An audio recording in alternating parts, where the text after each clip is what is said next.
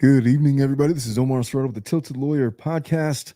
Shortly after the Los Angeles Dodgers have clinched their eighth world championship in franchise history by defeating the New York Yankees in 5 games, unceremoniously coming back from a 5-run deficit and securing the victory 7-6. Walker Buehler securing his first ever career save to get the win. I am a little bit lubricated, a little bit faded, and I'm going live. Dominic told me not to go live. I'm going live anyway because I'm going to break down for this year's Halloween special my personal top 5 horror movies of all time.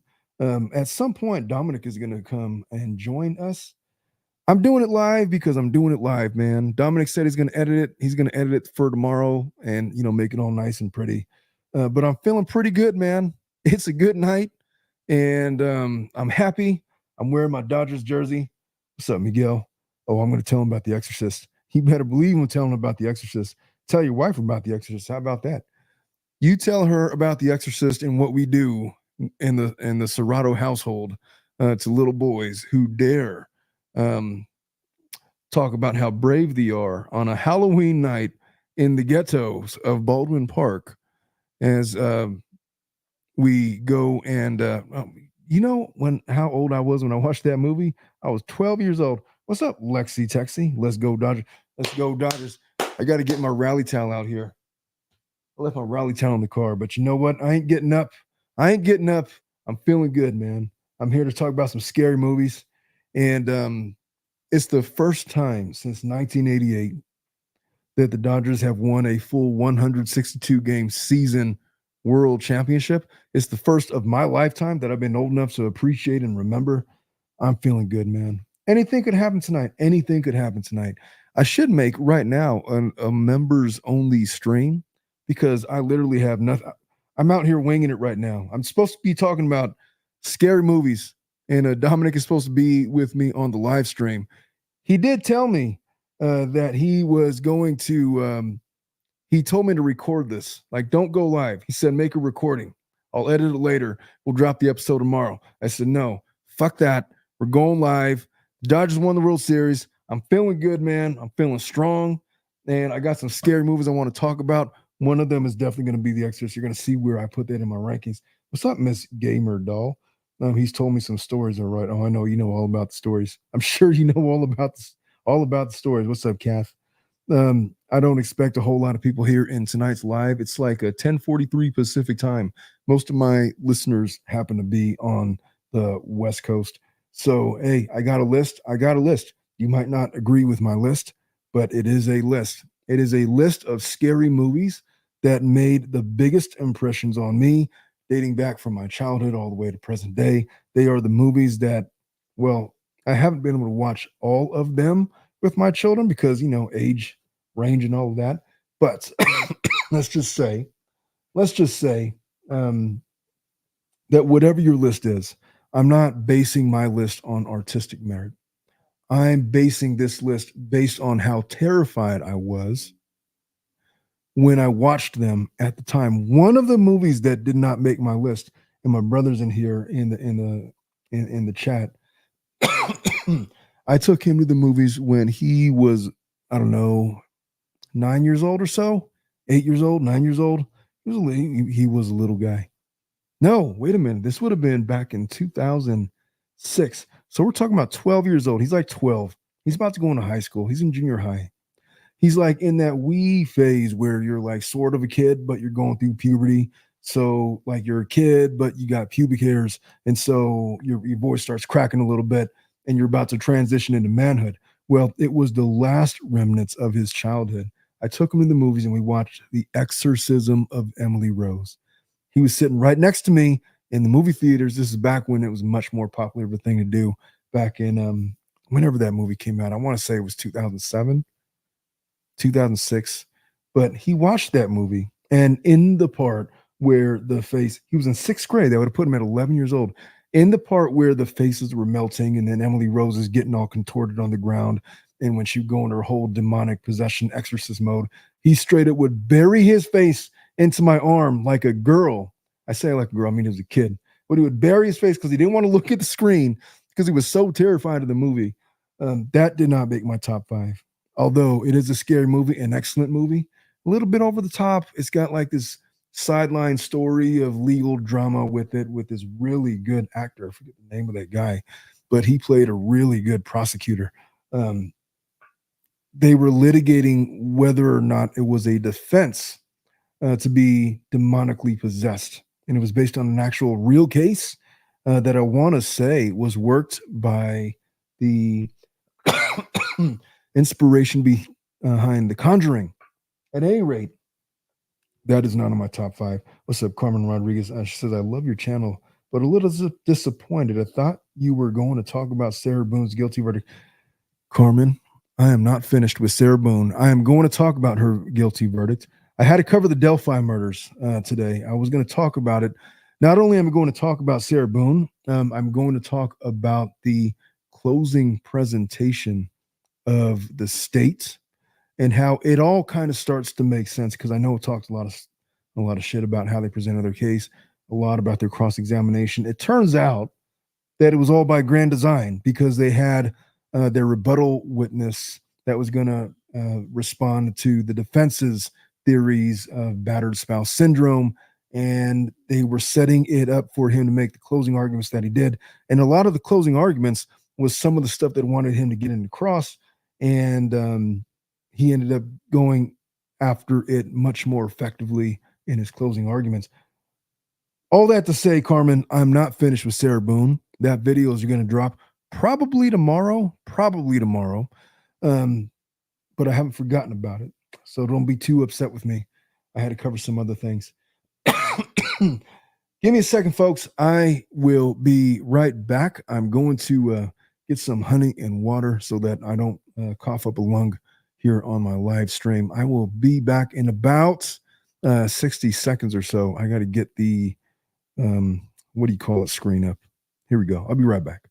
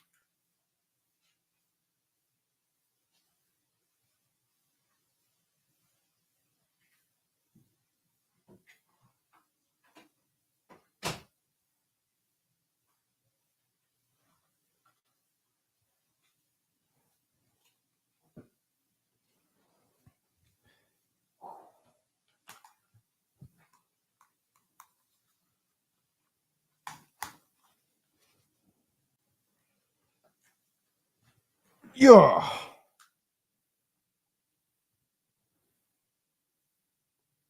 What's up, Dominic? What's up, dude? Wait, could you even hear me? I can't hear myself. I think you're muted, or am I muted, or is something No, I mean I can hear you, but you can't hear me, so let me check. new? I think I'd have to. Shit. Give me 1 second. Water break. All right, hold up. Let me put on my jersey.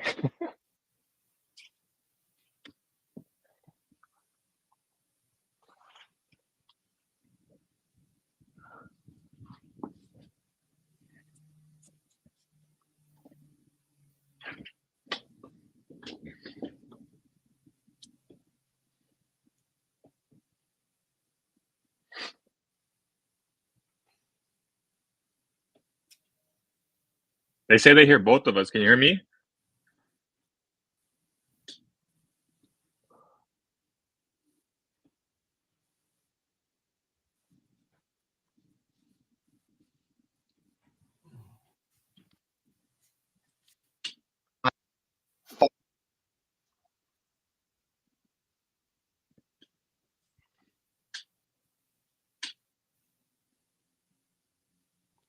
Hey, Dominic, you there? Yeah, I'm here. All right, it was my bad. I had it on mute. All right, let me get this off. What's up, Dominic? What's Freaking, up, dude? how faded are you right now? Pretty up there.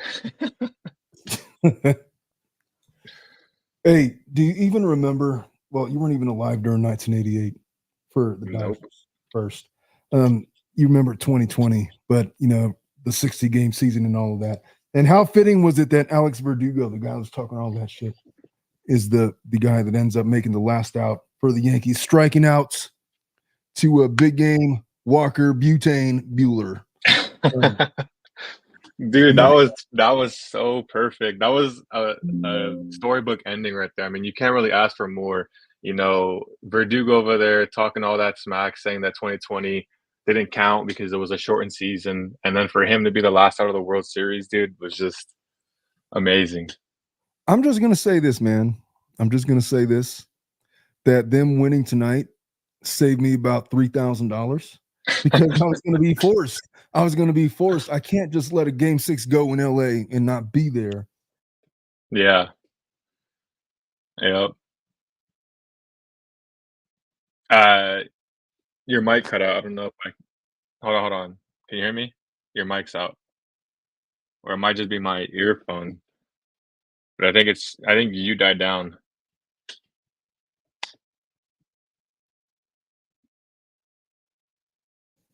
I muted myself on accident. Oh, there we go. I'm I'm winging it right now because this is the first show that I've done in my new man cave studio, and so I'm hitting all kinds of buttons on accident. So forgive me for the little few hiccups that I'm going to have. All I'm saying is them winning tonight saved me like $3,000 because I was going to go to the game. I wasn't going to miss out on that, and now I don't have to go, and I'm $3,000 richer. So how about that? And anyway, so Yep. this is supposed to be a Halloween special. You told me to make this a recording. Don't even do it live. It's like, no, fuck that. I'm doing it live. The Dodgers won the World Series. Whatever happens is whatever happens. I want this moment documented because this hasn't happened for like 41 years or however long it's been. Hey, man, Yep. you could edit it tomorrow, however you want to edit it. I'm just saying right now, we're capturing the raw moments. I'm wearing my Dodger jersey that I've had for like 20 years. I played games in this, man. I've actually I played ball in this jersey. Oh, what? So that's not even like No, a this was a legit one. That's just game like a to travel ball one? it was a travel ball jersey, yes, sir. I played in Arizona. Nice. I'm at the Dodgers spring training facility for many years in this jersey. A lot of blood, sweat, and tears. Back when I had my 85-mile-an-hour fastball, I was throwing gas. All right. Yeah.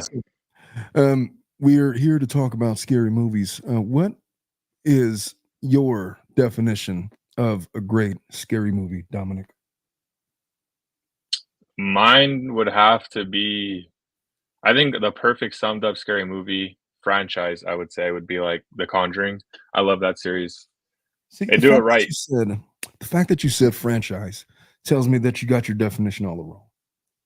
See, now look, there's franchises, but usually the franchise is cool. It's a good money making mechanism in Hollywood and all of that.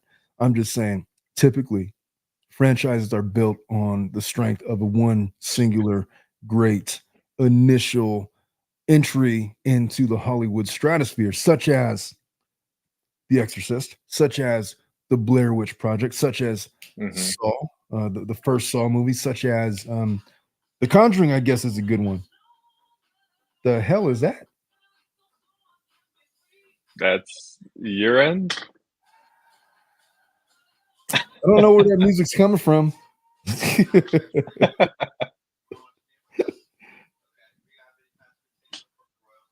Hold on, I got to find out the source. There's a podcast playing. It sounds like it's in the background, so it doesn't sound close. It was You have a totally TV on the back? no. It was my cell phone playing a baseball podcast, and it Oh. just unceremoniously went off in the middle of our spooky movie stream. How about that? Okay, so look, a good scary movie has to be non-formulaic. It has to add something to the horror movie stratosphere. In other words, The Exorcist, I can't, you're gonna hear me say that a lot because it was groundbreaking insofar as it was something that nobody had ever seen at the time. The people that had Mhm. witnessed it in the movie theaters were so freaked out that they were passing out, having heart attacks, having medical breakdowns, having religious crises there in the movie studios. It drove people to Catholicism in ways that you couldn't imagine because they were afraid of demonic possession. It affected the culture in a way that was profound and lasting, and that we're talking about it 60 years later. That's an example of a culture changing moment. Saw is a more modern example of it. I wouldn't put that in like my top five, but it certainly had an impact on modern culture, paranormal activity. I wouldn't go so far as to say that that was an original because it was kind of not ripping off, but using the same formula as the Blair Witch Project that came out in 1999, 8 years prior to it. They just perfected that model and used it to spawn like 8 other movies. So I'm going to start with this, and you could agree or disagree. And I'm going to venture to guess that you might not have even seen some of these movies, man. Um, For the most part, the ones that you've named, I have, so well, I'm going to guess you've never seen Rosemary's Baby. nope.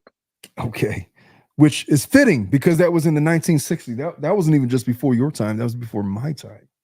So, Yeah. the Blair Witch Project came out in 1999 with three no-name actors and a minuscule production budget. It was like this indie film that was submitted into movie festivals and it won all these awards. And it became famous. And back when it came out in 1999, I don't know what you remember about the 90s, but the internet was not a thing.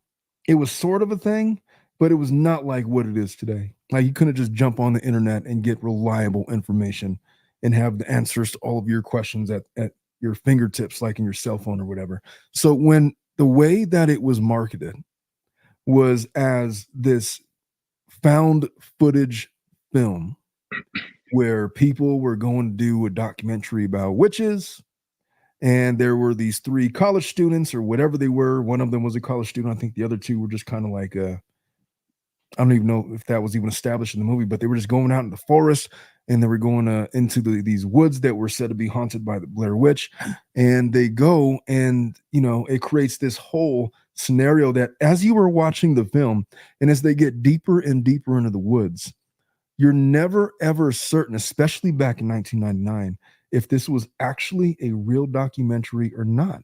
It was done in Mhm. such a way, like they filmed it like it was a legit documentary. So as they're freaking out, as they get lost in the woods, as they're like walking around in circles all day and they're getting pissed off, and then the guy freaks out and loses his mind and just throws the map away because they keep walking in circles, and the guy is killed because the witches are coming to get them, and then you see like his teeth and his jaw and his tongue like sitting there on a rock.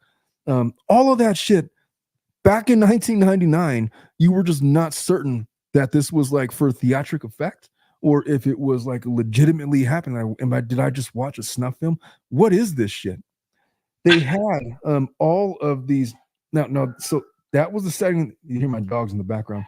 That was the setting. That was the backdrop of the movie. In 99, I was like 19 years old. I was like I went out like I took some girl out to the movies and we were watching it together. And I was sitting there like terrified. What the fuck is the Blair? Is this like a real thing? Is this a real thing? Is this a true story? I'm like asking people, and nobody knew. Nobody knew. It was the appeal of it and the way that it set off internet memes, even back then, like all the late night talk shows. That one shot of that lady as she was sleeping in her sleeping bag in the tent. I'm so scared right now.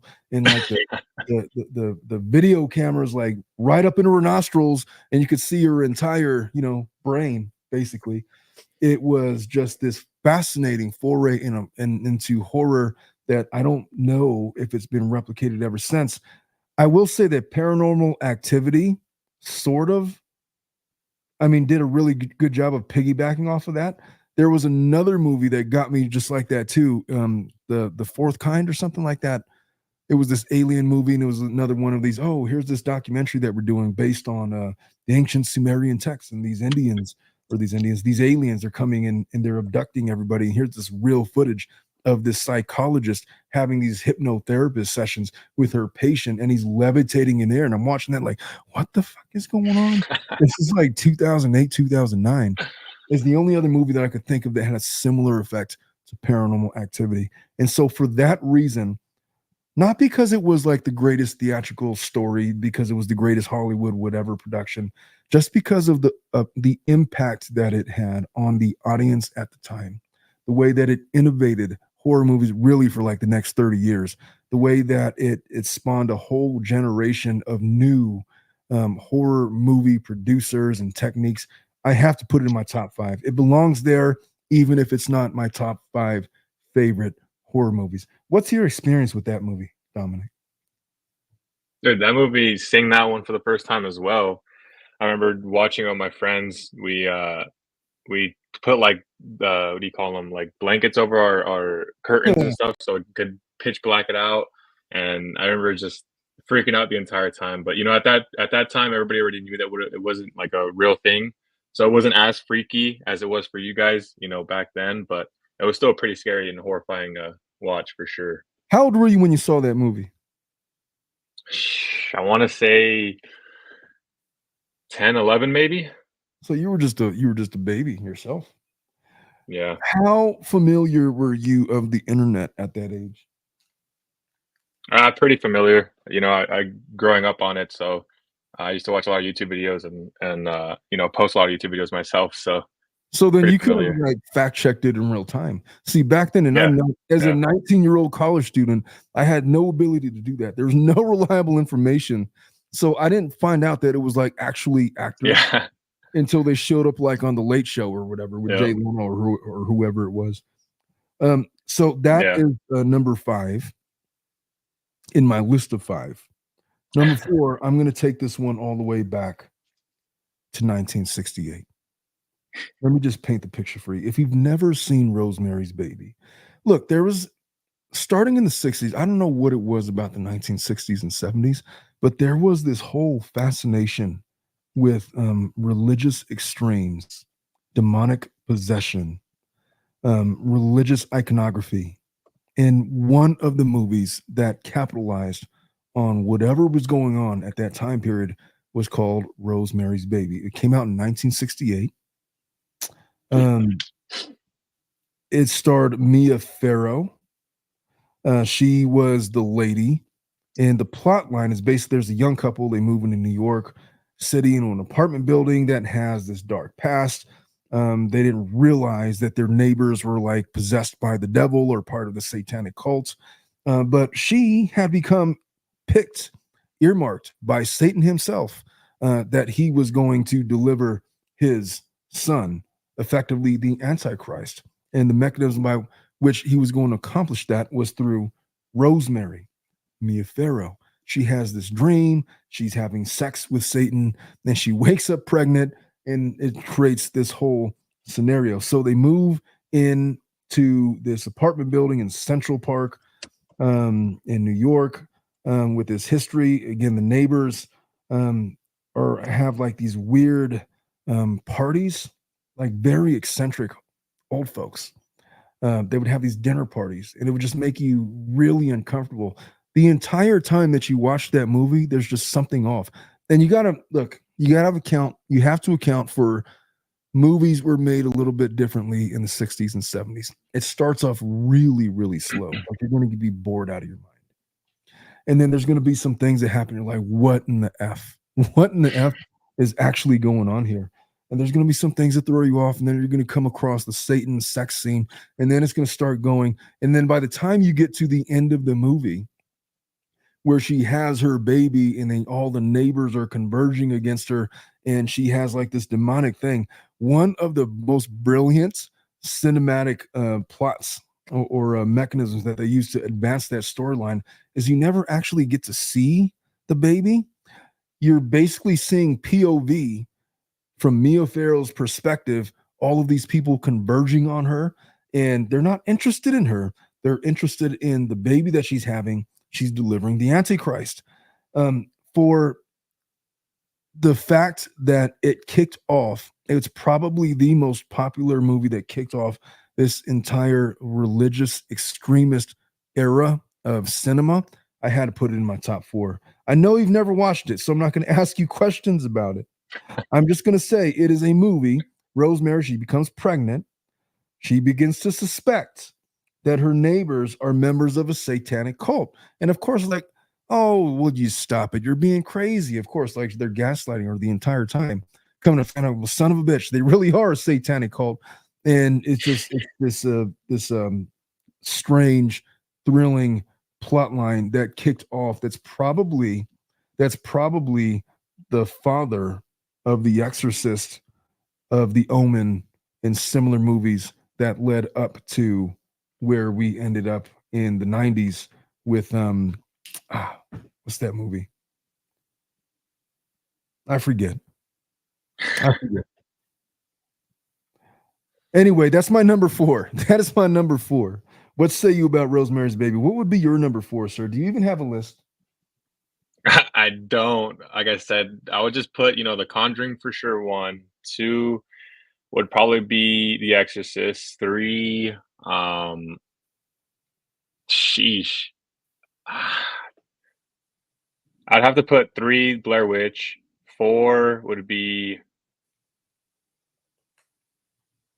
I wanna say I'd put a paranormal movie. I think the first one was pretty scary. First one was pretty good. And then yeah, first one's pretty good, and then 5th, I have no idea. Have you ever watched you know about the Warrens, right? Lorraine Warren, Ed Warren. Yeah, Do yeah. you ever are you even do you know there was this radio show that would come on back in the 90s, early 2000s, Coast to Coast AM with Art Bell. Do you remember that guy? AM radio DJ. He would be on KFI. He was syndicated in like a bunch of different countries and whatnot. Went to the Philippines for a while.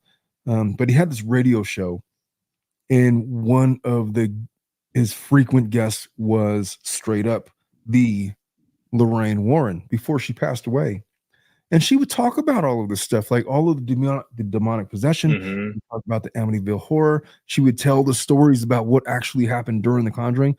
Are you even aware that those interviews exist? Yeah, I mean, yeah, for sure. They have them up. I think at the end of the movies too, for some of the credits, they have, the original footage and the interviews up. so she would go and do like these long form interviews with this guy named Art Bell. Mhm. They have to be on YouTube somewhere. You know what? I'm just gonna do a cursory search of Lorraine Warren.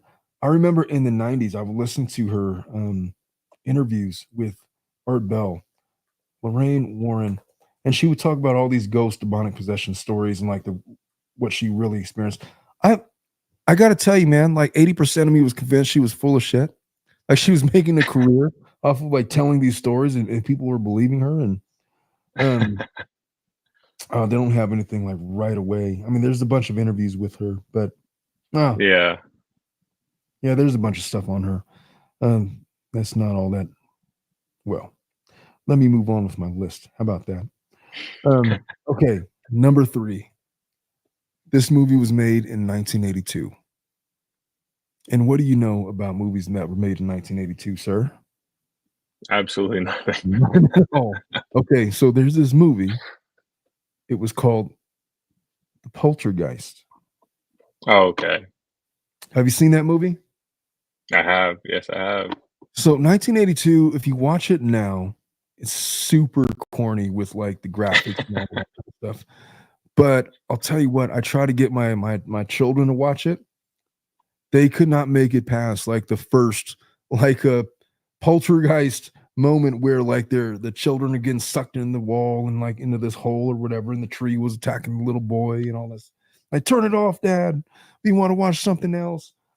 Look, that's not the scariest movie. It's not the scariest movie. It's got a simple plot line. There was a house that was constructed over an Indian burial ground, and the spirits of the deceased Indian folks are really pissed off, and this family is occupying the home. And I guess the way that they're getting their attention is by trying to steal the little girl, Heather O'Rourke, who was at the time, I think she was like 7 years old. That movie, they talk about the production of it being like it was so cursed, like all of these weird things were happening and all these weird times. It was one of these movies that had like a real culture around it, like all of these stories, like it like this movie is totally haunted, like in the production, all these people died, and like the skeletons that were in the swimming pool, they're actually real skeletons. And Heather O'Rourke, she died like 5 years later, and there's like this whole poster in the Super Bowl. Give me 1 second, sir. Yep. Another one that I wanted to mention too, that I just remembered was The Ring, the original Ring. I feel like that one was a good one. That one probably deserves to be on the list. At least The top Ring, 5 for me. The Ring is a good one. That is a really good one. That would, I don't know if I would put that like level with the Poltergeist or above the Poltergeist, because it's definitely one of those movies that has that iconic image of the little girl Yeah. climbing up Yeah. from the well, and she's gonna melt your face, and there's nothing you could do about it. And I'm not talking about like The Ring number 2 or 3 or all Yeah. the bullshits. It was the original, the part 1. That little girl was terrifying. I'll tell you what, man. It's one of those movies where you got to watch it more than once, because you're like, what the F was that? Like, what was that?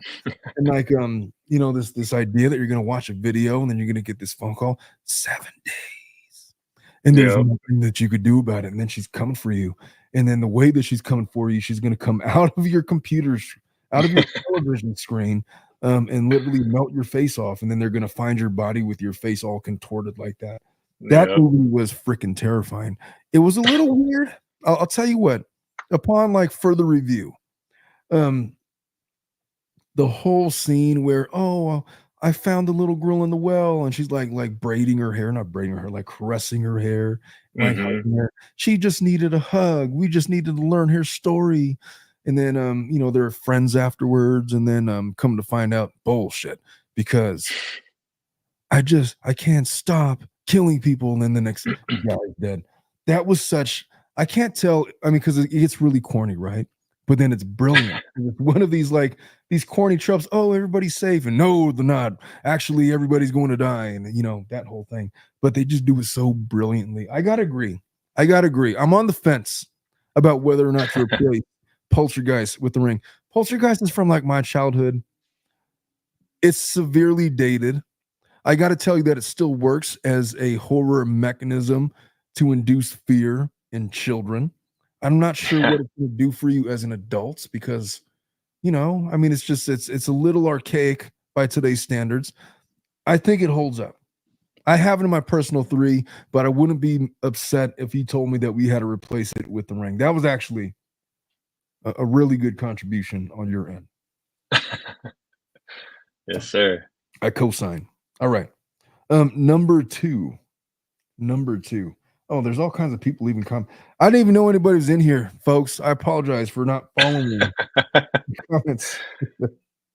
I'm just seeing if anybody had The Grudge. any Okay. other the grudge. The Grudge is whatever, man. The Grudge is like I don't know. I mean, that famous sound that she makes, like, lives with me through my entire childhood.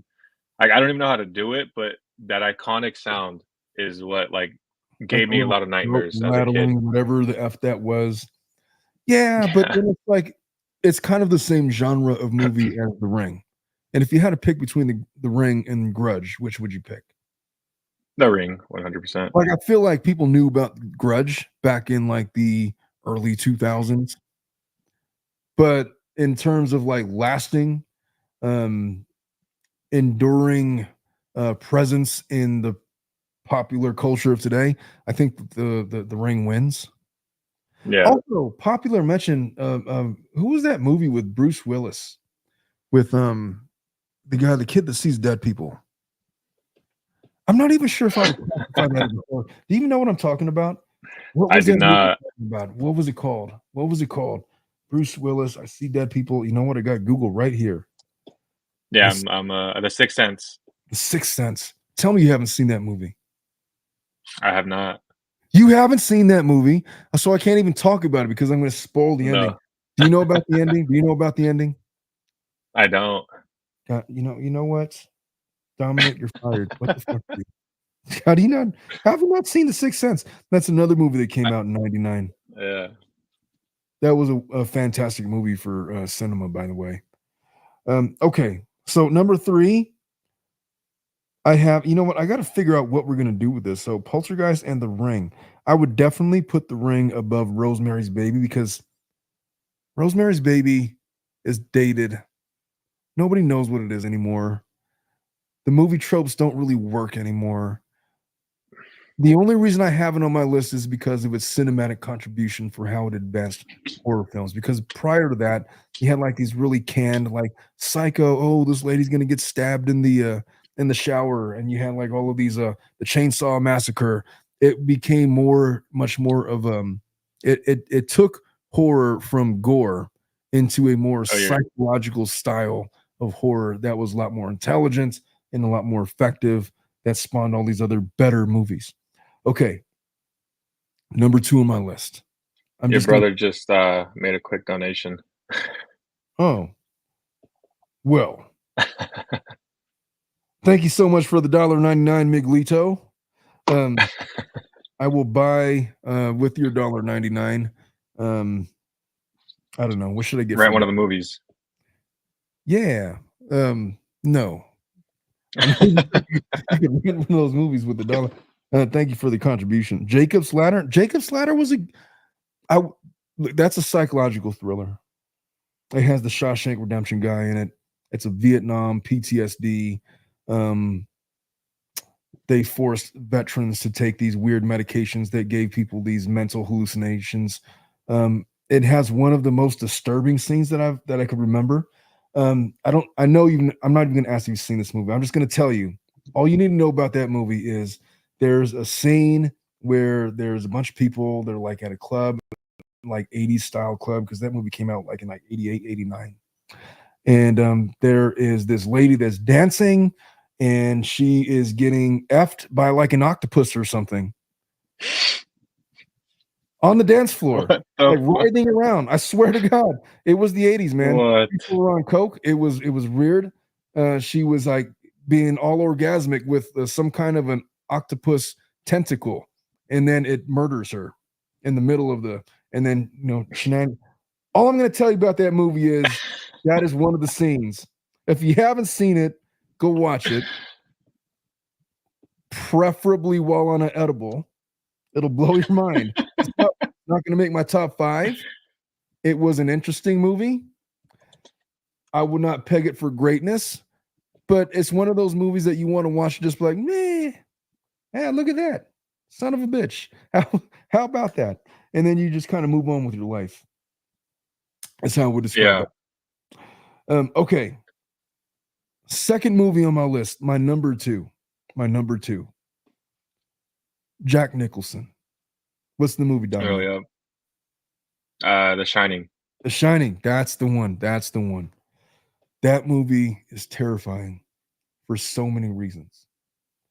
Because it's not a movie that is overtly gory, although there's some trippy what the fuck was that moments in the movie.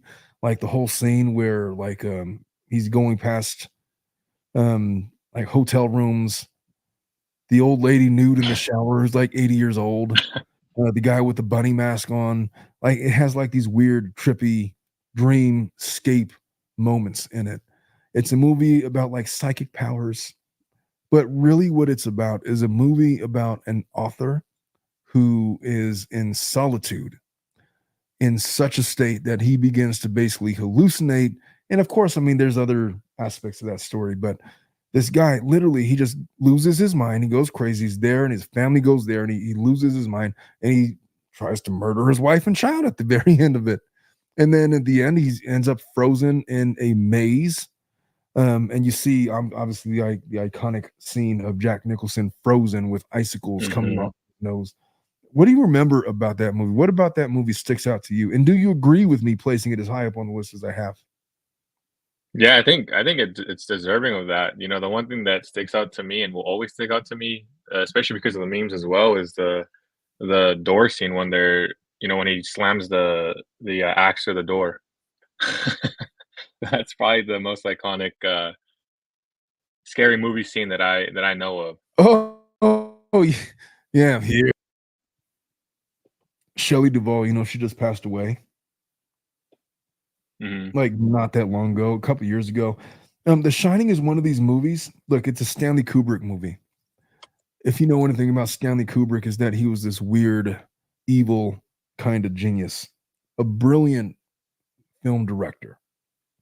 Um, the fact that it was a psychological horror film means that it could have only been directed by a couple of different people. One of them was Stanley Kubrick, and he did an amazing job with it. This was a book based on Stephen King. Stephen King very famously was not happy with the way that the movie was produced. Him and Kubrick were at odds for a long time. There were so many. I mean, you had Jack Nicholson, you had Danny Lloyd, Shelley Duvall, Scatman Crothers. Remember that guy? Of course, you don't remember that guy. It No. came out in 1980. Um, it wasn't originally praised as being like this big success. It was like it got horrible reviews at first. Over time, it became more famous. It's like, what the fuck is that movie? It seems to be a hallmark of Stanley Kubrick movies that you can't just watch those movies once and expect to know what the hell it was. Like you watch it once, like, yeah, that was interesting. And then you watch it again and again and again, and you start to pick up new things every time that you watch it. That is the hallmark of a good um, Stanley Kubrick movie. It's just what he was. He was a complicated guy. This is the plot. Jack Torrance takes a winter caretaker position at the remote Overlook Hotel in the Colorado Rocky Mountains, which closes every winter season. And so he was going to take advantage of the winter season to go write a book. After his arrival, manager Stuart Ullman advises Jack that a previous caretaker, Charles Grady, killed his wife, two young daughters, and himself in the hotel a decade prior. How many times do you visit places and you say, "Oh, this place is haunted," this and that? By the way, are you a haunted house kind of guy? Like, do you believe in ghosts? Yeah, I do. Oh, yeah. Do you have any experience with ghosts? I mean, growing up, I do, I have a lot, but, when you're a kid, your mind makes up a lot of stuff, and, as you get older, you kinda brush it off and, don't think about it as much, but growing as an adult, no, I don't have anything. I don't know if there's any truth to that or not. That children are more susceptible to picking up the fourth dimensional vibes of the universe that allow them access to I don't know, talk to ghosts, but it seems that most people that have ghost-like experience them as children. Is that because Mhm. children have greater imaginations and are more prone to embellishing, or is it because they genuinely have like this third eye to the fourth dimension that diminishes with age as you become more busy and distracted with your own life that you no longer have connection to all of that? Who's to say, man? I don't know. I don't have any ghost stories like that. I can't honestly say that I have a genuine ghost story. I have Okay. suspicion that ghost might have been a thing, but I could never say, oh, yeah, I definitely had dinner with Casper the Friendly Ghost over here, and he told me all So, about, yeah. I have my most recent one I have is when I was a teenager, I guess, early teens, like 14 maybe. My friend, the one that we had on the show last time, he spent the night at my house, and it was me, him, and my brother. And it was late at night. We're up, playing games and hanging out. And out of nowhere, we decided that we want to go downstairs to get some water. So we went downstairs, late at night, pitch black. We're getting water, and out of nowhere, we hear the dryer just start on its own, just by itself. Like it was in our garage, and the garage door was right next to the kitchen. So we heard it just turn on and like make its little chime, and then it started spinning. And we're like, "What the hell?" Like we looked at each other and we got scared and we freaked out and just ran back upstairs. And What if it was that's just like one an story that electrical malfunction? what happened. What if it was just an electrical malfunction? Yeah, see, there's always something that could have caused it, but I mean, in the middle of the night at that time, like, it's never done that to us before, during the day, so, I mean, I don't know, it was just freaky. It was a freaky situation. Yeah, I don't have any stores like that, and if I had a store like that, I would chalk it up to some kind of, like, short circuit or something, you Yeah. know? I know that my brother Miguel, who's in the chat somewhere, has a special ghost story about how he was laying in the bed and there felt like this pressure on his chest, so he couldn't move, and then he had his anal regions violated. It made him question his sexuality in ways that he could only imagine. That's his ghost story. Oh my god. Angel's asking about the Halloween franchise. The Halloween franchise is cool. I don't have any Oh, yeah. problem with the franchises. Halloween, Michael Myers, Freddy, Friday the 13th, all of those things. See, but those ones, I classify those as more like slashers/thrillers, not so much horror. I mean, they are horror, but not in a s I don't know, it's different for me. It's formulaic. It's like, hey, we're gonna create this monster, and oh, Freddy comes after you in your dreams. Like it's scary and it's Yeah. gory, it's slasher, but it was like made for the box office. It Mhm. was relying on ready-made horror tropes that would drive people to watch the movies. They didn't advance anything in any way.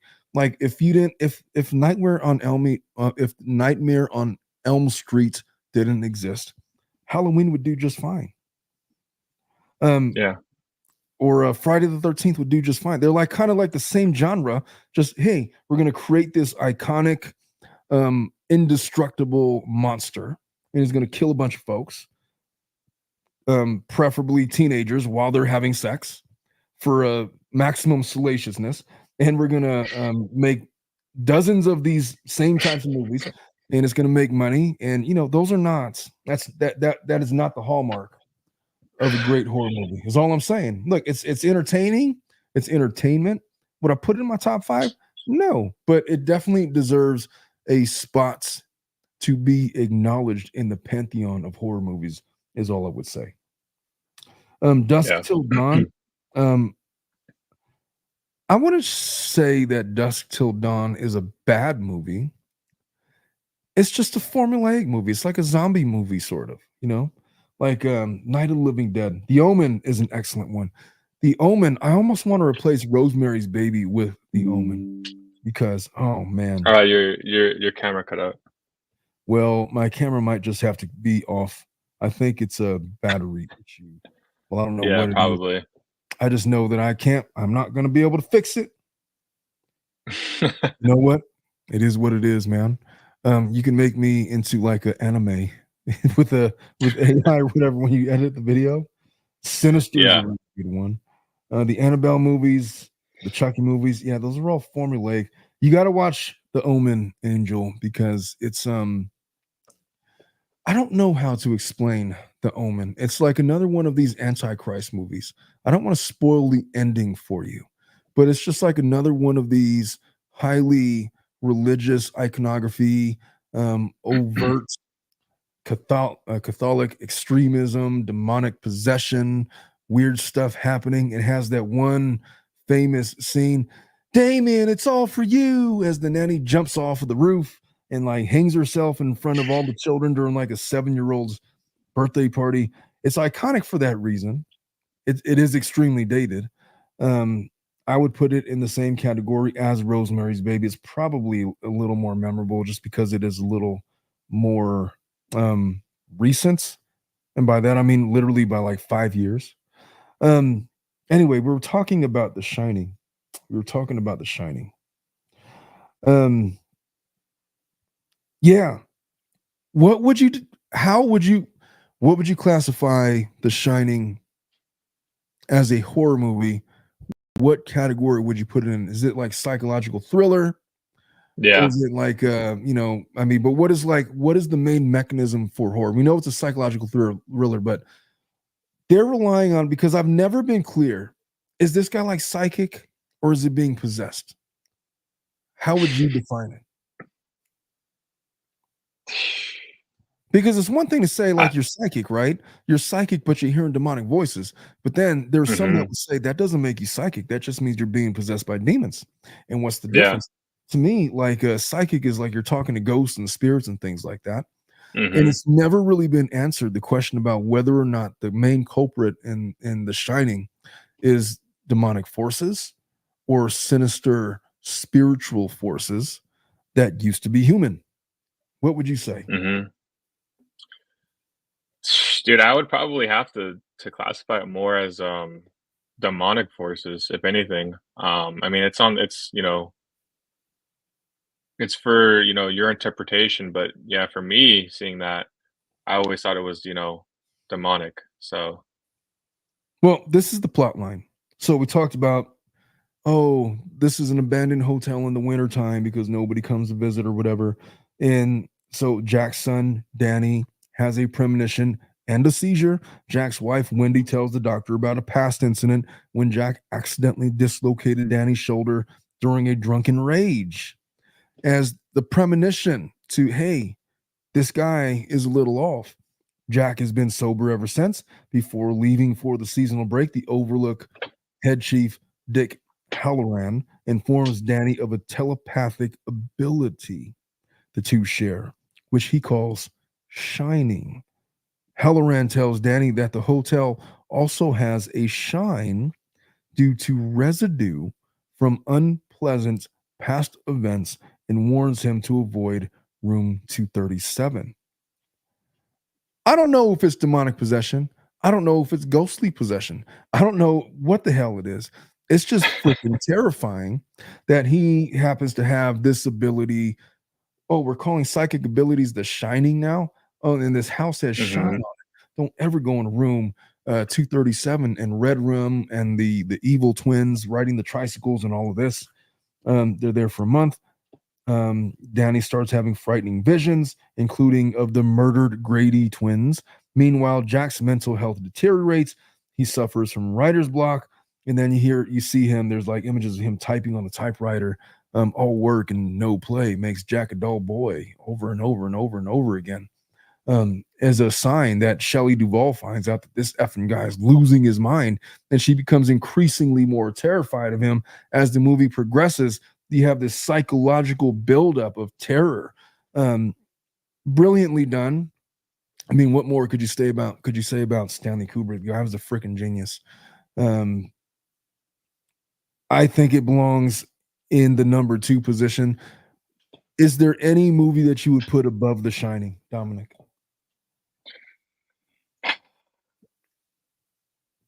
Yeah, like I said, I'm gonna hold it down and I'm gonna say, the original Conjuring to me, or even, one of the last ones was scary. To me, just knowing, you know, the demonic forces, like, especially when they throw in the clips of, like the real stuff that, supposedly happened, or the real voicemails and stuff like that, it just really freaks me out. I remember watching not the most recent one, but I wanna say it was back in 2021, maybe 2022, whatever one came out that year.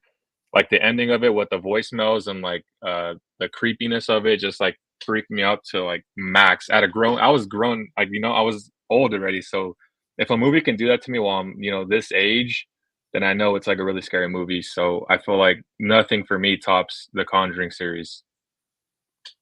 The So Conjuring I would series have is to put the good. Conjuring over it. Yeah, I would say that the first Conjuring movie, not so much the second and the third Conjurings, but the Conjuring is good. I'm just not sure how it's going to hold up. I guess like you got to give it a little bit of time. It's like that movie Hereditary. You saw that one? Yeah, yeah. Hereditary is a terrifying, weird ass movie. It is straight up weird. Um, it has a lot of decapitations in it. Like a little girl eats a bird or whatever she does. Um, I'm not sure where that's going to fall into the horror movie pantheon just yet. I will say that that movie, the first Smile and the Mhm. first Conjuring, are three of the best horror movies of the past 20 years. Easily, easily, Yeah, easily. yep. All right. I'm going to close with my number one scary movie of all time. Now, look, if you watch this movie now as a grown man, you're not going to agree with what I'm about to say. I'm just saying The Exorcist, for what it stood for and when it was made in 1973, back when You had this extreme religious movement and obsession with God and Satan and the devil and demonic possession.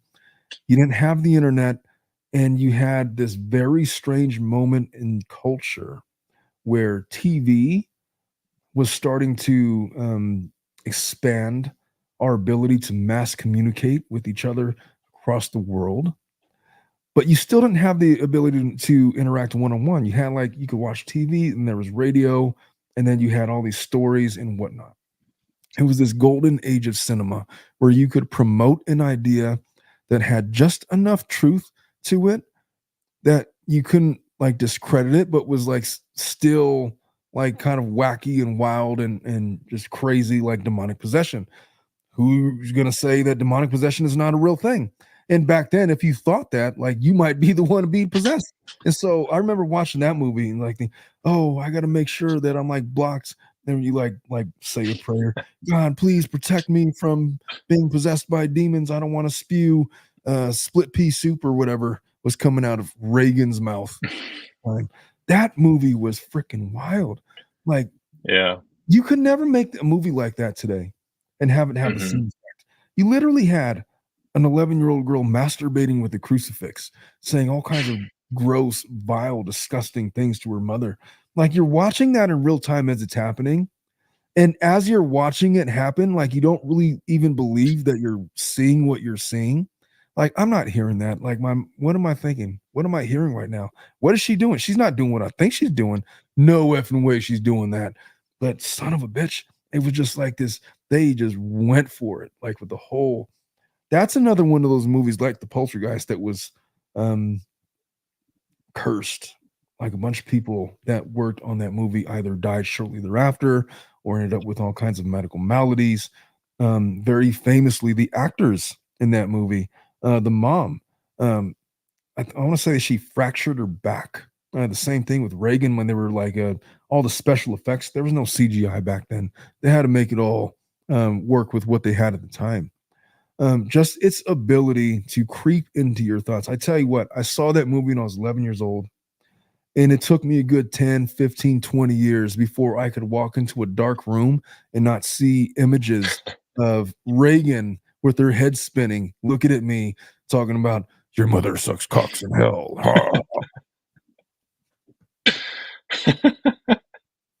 It's just, it sticks with you, man. It's one of these impactful movies that you have no idea what you're watching at the time. And because you don't know what you're watching, you can't explain it. And back then, there was no way to really verify or fact check any of that. The demon Izuzu, and whether or not that was like an actual demon, and like what was the religious history in the I don't know, the Mount Rushmore of demons. Who the fuck is Izuzu? You know, they tell you that. I guess there's a guy, and he could possess you like that. And like, what's the reason why he was doing this to Reagan? I've never understand. Like, what is the end game? Like, he's possessing her for what? And that question has never been answered. Never. It ends famously with Father Marin dying, and then the one priest who he says, "Come into me," and then he goes out of Reagan, goes into the priest, and you see his face kind of transmorph, and he jumps out of the window, and then he dies, and then, oh, it's a happy ending, and Reagan is back, and her mother live happily ever after, and you're left like, what the fuck was that? What was that about? Jesus, I just watched. That's it. Like, that's the end of the movie, and it just leaves you with like this unease, especially if you grew up in a Catholic or a Christian background where they talk about heaven and hell and Satan and light and dark and good versus evil and demonic possession and speaking in tongues and all these other crazy things that you learn in Catholic and Christian styled religions. It was a movie that impacted you because you were just, especially back then, never really certain if what you were watching was real. And what I mean by that, you knew it was a movie, but there was always a chance that what if that could really happen though? I don't want to be possessed. And so just that that small stick in your mind would stay with you for years. And even now, like there's times where I will walk into a dark room and just wonder, like, I wonder if like what if I was possessed? Like, how would I even know? You know? Yeah. I don't know, man. For that reason, I have to put it at the top of my list. What say you to that, sir? No, I think that's a really solid number one. I like The Exorcist a lot. That one definitely scared me growing up as well. And that one's, if you guys haven't watched it, that one's a must watch. So for sure, that one's one of the most legendary, scary movies of all time. And I mean like scary movie, not horror movie. I'm gonna put that like as a scary movie. And I think that's one of the most legendary ones you can name and have up there. So it's a good one. I agree. Well, folks, that is this year's Halloween episode. The Tilted Lawyers top 5 scary movies. I think we covered a lot of ground. I was bullshitting about the Dodgers. Once again, I just want to put it on repeat. The Dodgers are the 2024 World Series champions of the world. They've defeated the New York Yankees in 5 games because Aaron Judge is a bitch. How about that? Oh, and fuck that guy Yep. who was obviously cut this all The out. guy, yeah. That fan, they better ban that fucking guy for life. Did you see that shit? The Dude, fan I was saw like, that. That was a dude, that pissed me off. I was like, "What are you doing?" Like, he could have literally broke Mookie's wrist and, like, had him out for a while. So, like, that was the dumbest shit you can do as a fan, honestly.